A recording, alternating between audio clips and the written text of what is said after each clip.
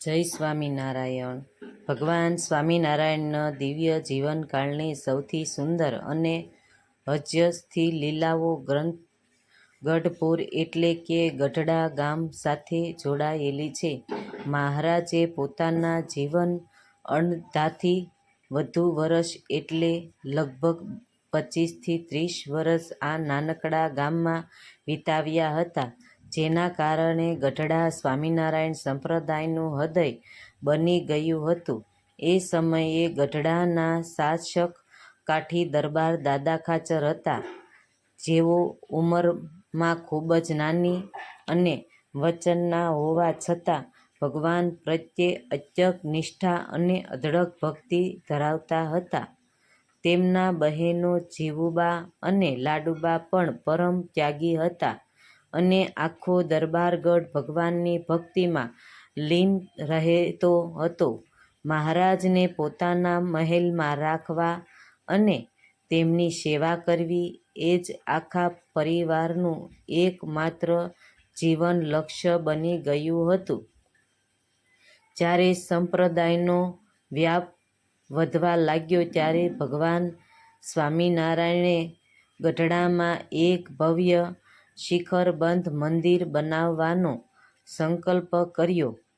શરૂઆતમાં તેઓ ગઢડાની બાજુમાં આવેલા ઘેલા નદીના કિનારે એક ઊંચી ટેકરી પર મંદિર નિર્માણ કરવા માંગતા હતા, પરંતુ તે જમીન દાદા ખાચરના કાકા જીવા ખાચરની માલિકીની હોવાથી પરિવાર વિવાદોને કારણે તેમણે જમીન આપવાનો સાફ ઇનકાર કરી દીધો. ભગવાનનો સંકલ્પ અટકી પડેલો જોઈને દાદા ખાચર ભારે વ્યથિત થયા અને તેમણે ક્ષણનો પણ વિલંબ કર્યા વિના એક ઇતિહાસ નિર્ણય લીધો.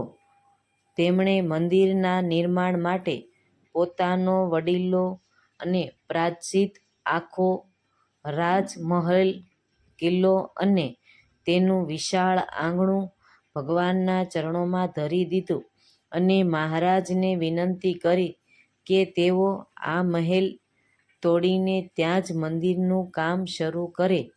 એક રાજા પોતાનું હસતું રમતું ઘર અને ગાદી ભગવાનના મંદિર માટે તોડી પાડવાની મંજૂરી આપી દે એવો અદ્ભુત ત્યાગ જોઈને મહારાજ અત્યંત પ્રસન્ન થયા અને તેમણે વચન આપ્યું કે આ ગઢડું મારું છે અને હું કાયમ માટે ગઢડાનો જ છું.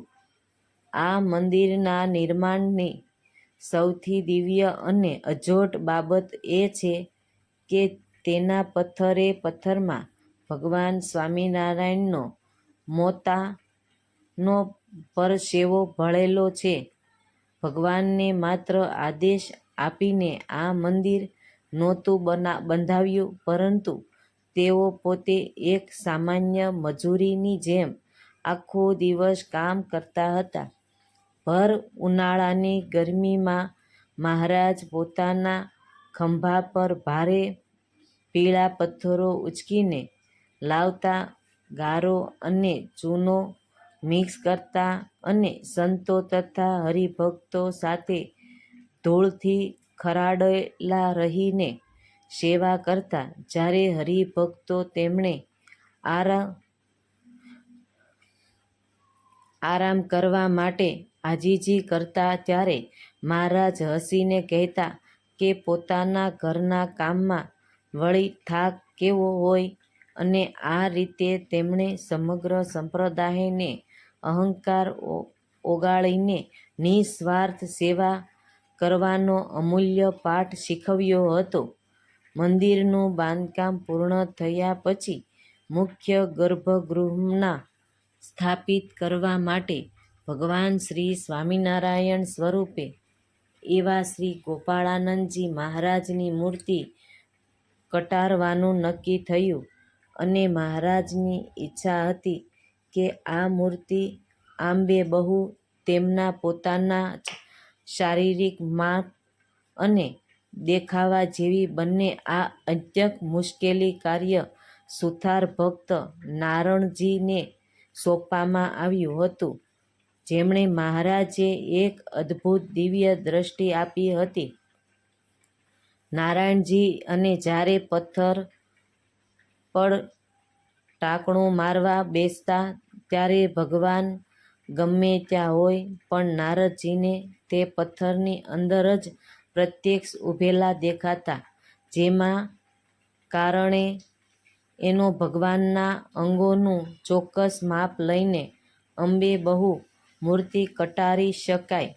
અને આજે પણ ગોપાળાનંદજીના દર્શન કરતા સાક્ષાત ભગવાન સ્વામિનારાયણ સામે ઊભી હોય તેવો જ ભાસ થાય છે. આસો સુદ 11ના પવિત્ર દિવસે 9 ઓક્ટોબર અને 1828ના રોજ ભગવાન સ્વામિનારાયણે પોતે વૈદિક મંત્રોચ્ચાર સાથે આ મંદિરમાં મૂર્તિઓની પ્રાણ પ્રતિષ્ઠા કરી હતી, જેમાં મધ્યમાં શ્રી ગોપાળાનંદજી, રાધિકાજી, પશ્ચિમમાં ધર્મદેવ ભક્તિમાતા અને પૂર્વમાં સૂર્યનારાયણ તેમજ રેવતી બળદેવજી સાથે શ્રી કૃષ્ણ પધરાવ્યા.